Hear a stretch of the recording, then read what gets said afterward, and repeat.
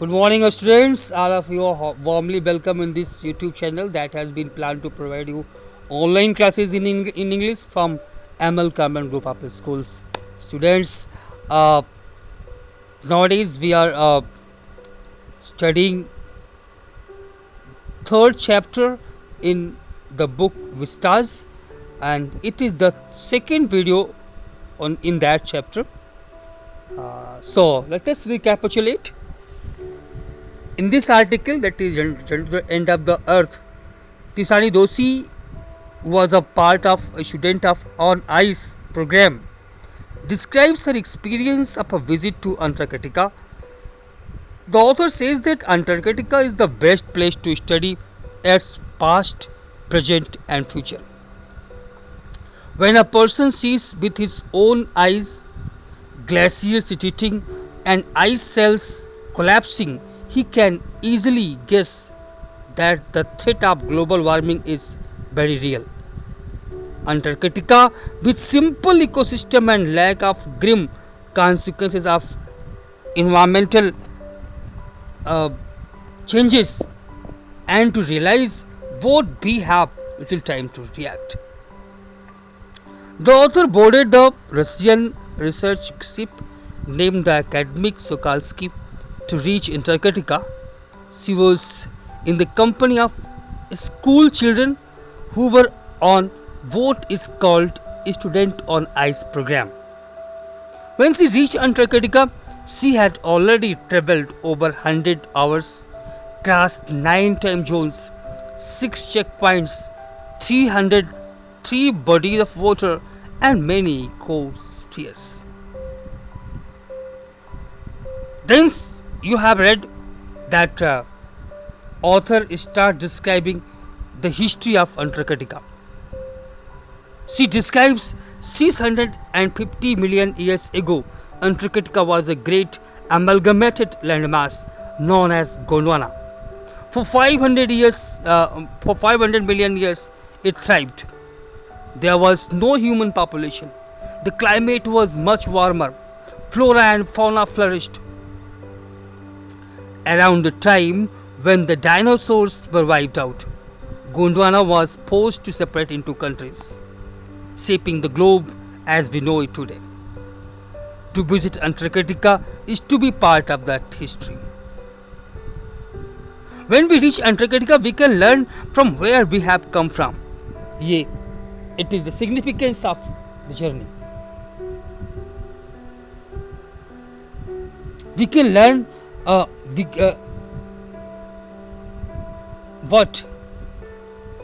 where we have come from and where we could possibly be heading. We can think of India pushing northwards, jamming against Asia. We can also think of South America drifting up to join North America, keeping Antarctica at the bottom of the world. Now, let us proceed for today. Open your book on page number 19, last para. For a sun worshipping South Indian like myself, 2 weeks in a place where 90% of the Earth's total ice volumes are stored is a chilling prospect. The author, Tisani Doshi, was a South Indian lady, and we all know that South Indians are sun worshipping. So एक सन worshipping lady के लिए south India की, जैसे कि author खुद है, 2 हफ्ते एक ऐसे स्थान पे बिताना जहां पर कि इस दुनिया की पाई जाने वाली टोटल आइस वॉल्यूम का 90% आइस स्टोर्ड है. ये एक चिलिंग प्रोस्पेक्ट है. It is really a chilling prospect for a lady from South India who is a sun worshipping lady to pass or to live or to spend her 2 weeks in such a place like Antarctica, where 90% of the total ice balloons are stored. और ये जो chilling prospect है, it is not just for circulatory and metabolic functions, केवल circulatory और metabolic function के लिए नहीं है, इमेजिनेशन के लिए भी है. It's like walking into a giant ping pong ball divide of any human markers. Really ये ऑथर के लिए एक ऐसा एक्सपीरियंस था मानो एक किसी बड़े से पिंग पोंग बॉल पे, एक जायंट पिंग पोंग बॉल पे वॉक कर रही हो. एक ऐसा पिंग पोंग बॉल जिसमें कि कोई भी ह्यूमन मार्कर्स नहीं है, but there is no human markers. आपको वहां कोई ह्यूमन मार्कर मिलता ही नहीं है. Divide of any human markers, no trees, no billboards, buildings, कुछ नहीं दिखाई पड़ेंगी. कोई पेड़ नहीं है, कोई बिलबोर्ड नहीं है, कोई बिल्डिंग नहीं है. You lose all earthly sense of perspective and time here. आप वहां पहुंच के हर तरह का जो earthly सेंस होता है ना पर्सपेक्टिव का और टाइम का, वो सब आप खो देते हैं. The visual scale ranges from the microscopic to the mighty. जो विजुअल स्केल का रेंज होता है वो माइक्रोस्कोपिक से लेकर के माइटी तक का होता है. Midges and mite to blue whales. Midges और माइट्स ये दो छोटे कीड़े होते हैं. यहां से लेकर के बड़ी बड़ी ब्लू व्हेल्स तक, या फिर icebergs as big as countries.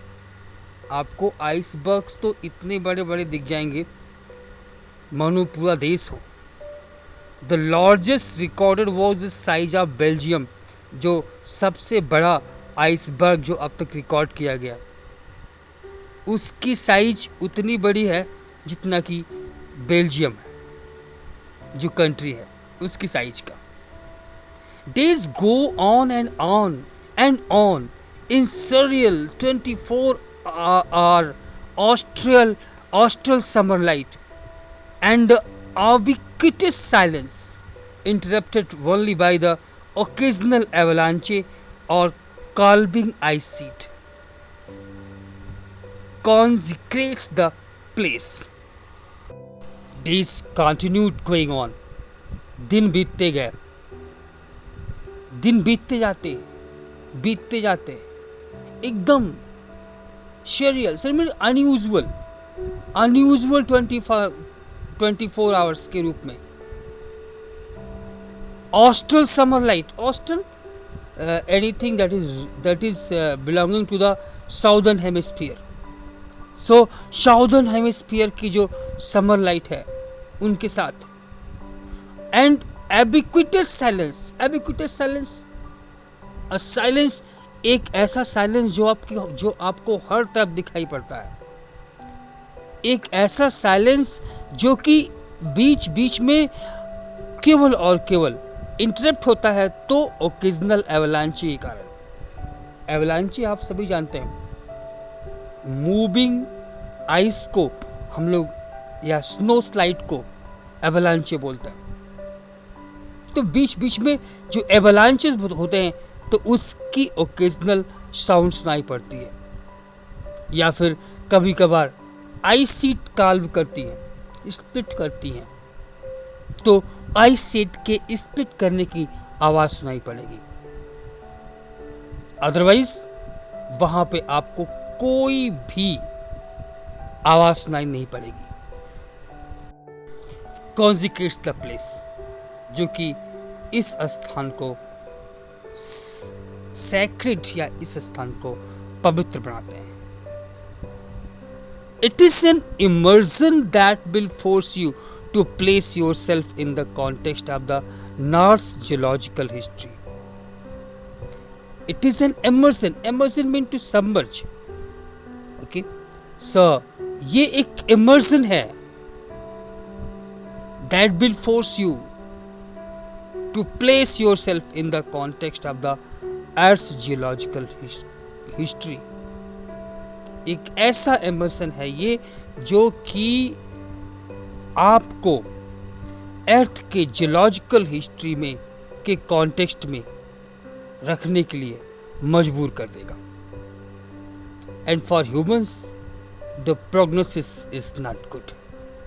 और ह्यूमंस के लिए प्रोग्नोसिस अच्छे नहीं होती है.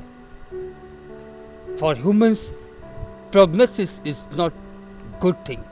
Prognosis, a forecast of the likely outcome of the situation, okay, is not good. So hence we have read the first part of the chapter. Now the second part, human impact. Human civilizations have been around for a paltry 12,000 years, barely a few seconds on the geological clock. हम human impact की बात कर रहे हैं ना. अगर हम human impact की बात करें तो ह्यूमन की जो हिस्ट्री है उसको भी समझना पड़ेगा ना. Will have to understand the human history. आखिर इंसान इस धरती पे आया ही कब. हम ह्यूमन इम्पैक्ट की बात करते हैं. आखिर ह्यूमन कितना बड़ा इम्पैक्ट डाल सकता है. अभी इंसान को इस धरती पर आए हुए बीते ही कितने दिन हैं. पाल्टी 12,000 ईयर्स. सिर्फ और सिर्फ 12,000 साल. 12,000 साल के पहले इंसान थे ही नहीं धरती पे. अगर हम इन 12,000 सालों को जियोलॉजिकल क्लॉक पे कंपेयर करें तो 24 घंटों में कुछ एक सेकंड के बराबर की वैल्यू आती है. barely a few seconds on the geological clock. Human civilisation को एग्जिस्टेंस में आए हुए टाइम जो कि 12,000 साल, मात्र 12,000 साल है, अगर हम उनको जियोलॉजिकल क्लॉक पे रख के कंपेयर करें तो धरती पर आए हुए इंसानों को कुछ एक क्षण, कुछ एक सेकेंड का समय ही बीता है. And in that short amount of time we have managed to create a quite raucous etching our dominance over nature with our villages, towns, cities, mega cities. Yes, we are really great. We the humans are really great. Geological clock के कुछ एक second के बराबर ही आए हुए हुआ, लेकिन जरा देखिए तो हमने उस कुछ एक सेकंड में क्या क्या कर लिया. What we have managed to do in that some seconds. कितना कुछ रियली रैकस क्रिएट किया है हम लोगों ने. प्रकृति के ऊपर अपने डोमिनेंस की एचिंग क्रिएट किया है हमने, अपने गांवों के द्वारा, अपने टाउन्स के द्वारा, अपने सिटीज के द्वारा एंड अपने मेगा सिटीज के द्वारा. रियली हमने बहुत कुछ बिगाड़ दिया है। In merely this less time, humans have managed to exploit each and every resource, thereby creating a chaos in the nature.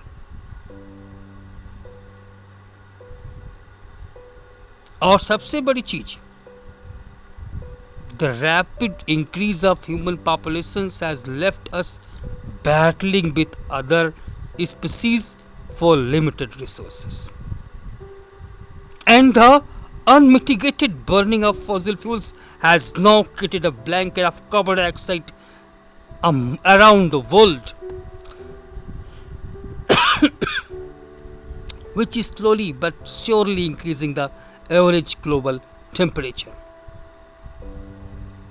जो तेजी के साथ बढ़ती हुई हमारी जनसंख्या है ना, उसने हम लोगों को छोड़ दिया है बैटल करते हुए अन्य स्पीसीज के साथ। आज हम human being other species of जो भी हैं एग्जिस्ट कर रही हैं इस अर्थ पे, उनके साथ बैटल कर रहे हैं। क्यों? क्योंकि रिसोर्सेज लिमिटेड है और हम क्या कर रहे हैं? एक तो बढ़ती हुई पॉपुलेशन अदर स्पीसीज के साथ बैटल करती हुई कंडीशन में है, ऊपर से हम फॉसिल फ्यूल बर्न कर रहे हैं और उस बर्निंग ऑफ फॉसिल फ्यूल ने क्या किया है? एक ब्लैंकेट क्रिएट किया है कार्बन डाइऑक्साइड का अराउंड द वर्ल्ड, जिसको हम ग्रीन हाउस इफेक्ट के रूप में जानते हैं, जो कि मेन कारण है ग्लोबल वार्मिंग का। हमने फॉसिल फ्यूल्स के ओवर बर्निंग के कारण एक ब्लैंकेट क्रिएट कर लिया है, जो कि which is slowly but surely increasing the average global temperature, जो कि धीमे धीमे ही सही लेकिन निश्चित रूप से इस दुनिया के टेम्परेचर को बढ़ा रहा है। इस दुनिया के एवरेज ग्लोब जो टेम्परेचर है उसको इंक्रीज कर रहा है। Climate change is one of the most hotly contested environmental debates of our time. If we talk about the present scenario, in that case we can talk that climate change is one of the most hotly contested environmental debates. आज के वर्तमान परिप्रेक्ष्य में climate change जो है, climate change सबसे बड़े जो हॉटली कंटेस्टेड एनवायरमेंटल डिबेट्स हैं उनमें से एक है. Will the West Antarctic ice sheet melt entirely?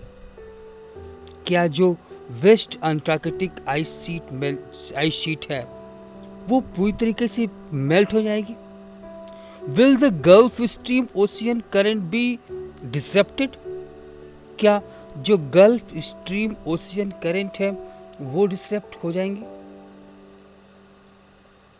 Will it be the end of the world as we know it? क्या यही होगा इस दुनिया का अंत जैसा कि हम आज कहते हैं? ये सब क्या है? These questions are the one of the most hotly contested environmental debates of the time. Today we talk about these all things whenever we meet with others and make debates. In that concern we make debates over the issues like climate change. We make debates on the topic, will the West Antarctic ice sheet melt entirely? Or will the Gulf Stream ocean current be disrupted? Will it be the end of the world as we know it? and always we get two answers. Maybe, maybe not. हो भी सकता है और नहीं भी हो सकता. Either way, Antarctica is a crucial element in this debate. जो कुछ भी हो, अंटार्कटिका एक क्रूशियल एलिमेंट होता है इस पूरे डिबेट में.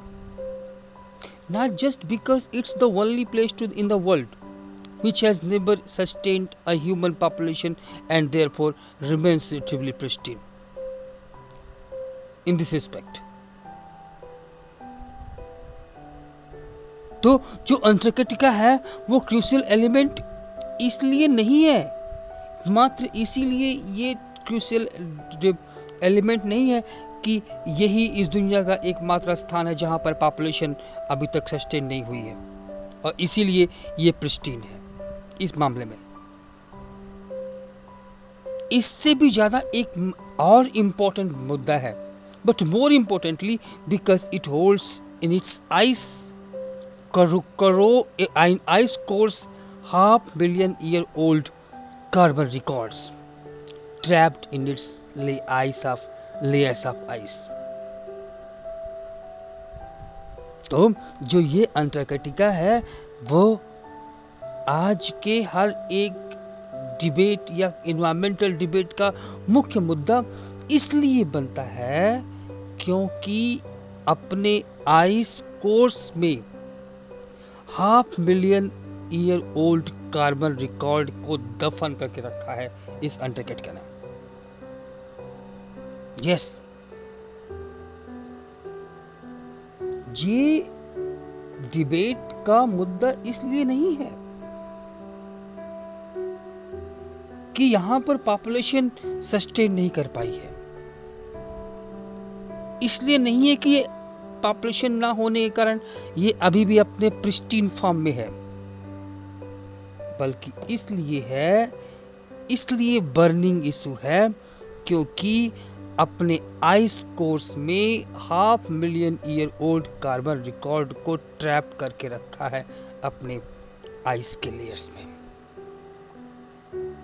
If we want to study and examine the Earth's past, present and future, Antarctica is the best place to go. अगर हमें अर्थ के पास्ट, प्रेजेंट और फ्यूचर की स्टडी करना है तो उसके लिए अगर हमें किसी पे जाना है, कोई ऐसा प्लेस है जहां पे जा करके हम इसके बारे में अच्छे से जानकारी पा सकते हैं, तो वो और कोई नहीं, it is the Antarctica. Yes, Antarctica है वो. स्टूडेंट्स ऑन आइस, ये वो प्रोग्राम है जो हमने आपको चैप्टर की शुरुआत में बताया था, जिस प्रोग्राम के तहत ये लोग एकेडमिक सोकाल्स्की के साथ गए थे अंटार्कटिका. उसका नाम था students on ice. So, students on ice, the program I was working with on Sokolsky, जिस प्रोग्राम के साथ मैं काम कर रही थी, aims to do exactly this by taking high school students to the ends of the world and providing them with inspiring educational opportunities which will help them foster a new understanding and respect for our planet. ये जो students on ice programme है, इसका main motto क्या है? इसका main motto है कि जो बच्चे हैं, जो आने वाले समय के भविष्य हैं, उनमें हमारे प्लेनेट की एक नई समझ पैदा होगी और हमारे प्लेनेट के प्रति रिस्पेक्ट पैदा होगा. कब? जब हम दुनिया के इस अंत को अपनी आंख के सामने देखेंगे. वो हाई स्कूल के बच्चे दुनिया के इस अंत तक पहुंचेंगे, एक इंस्पायरिंग एजुकेशनल अपॉर्चुनिटीज मिलेगी उनको, जो कि हेल्प करेगी एक नई समझ फोस्टर करने, इस प्लैनेट के प्रति रिस्पेक्ट पैदा होगा उन बच्चों के अंदर। It has been in operation for 6 years now. अभी वो 6 सालों से ये प्रोग्राम वर्क कर रहा है, जिसके हेड कौन है? It is headed by Canadian Geoff Green, who got tired of courting celebrities and retired rich and curiosity seekers who could give back in a limited way, जो कि ऊब चुके हैं, who is tired of वो जो है celebrities और retired और रिच क्यूरियोसिटी सीकर्स के इंटरव्यू ले लेकर के उनके साथ काम करके, इसीलिए उन्होंने स्टूडेंट्स ऑन आइस प्रोग्राम रखा है, जिसमें वो हाई स्कूल के बच्चों को इस प्रकार के इन्वायरमेंटल इश्यूज के बारे में एक नई समझ पैदा करने का प्रयास करते हैं। With the students on ICE, he offers the future generation of policymakers a life-changing experience. ये स्टूडेंट्स ऑन आइस जो प्रोग्राम है, इसके माध्यम से वो ऑफर करते हैं फ्यूचर जनरेशन के पॉलिसी मेकर्स को एक लाइफ चेंजिंग एक्सपीरियंस देने का। It tries to provide them a life changing experience, और वो भी उस एज में, at an age when they are ready to absorb, उस एज में जबकि वो बच्चे सीखने के लिए, एब्जॉर्ब करने के लिए, ग्रहण करने के लिए, और जो सबसे मोस्ट इम्पॉर्टेंट बात है, एक्ट करने के लिए, काम करने के लिए तैयार होते हैं। उस एज के बच्चों को इस प्रोग्राम पे लाते हैं। So students, this is the end of today's class. We shall continue in the next class. Thank you. Have a nice day.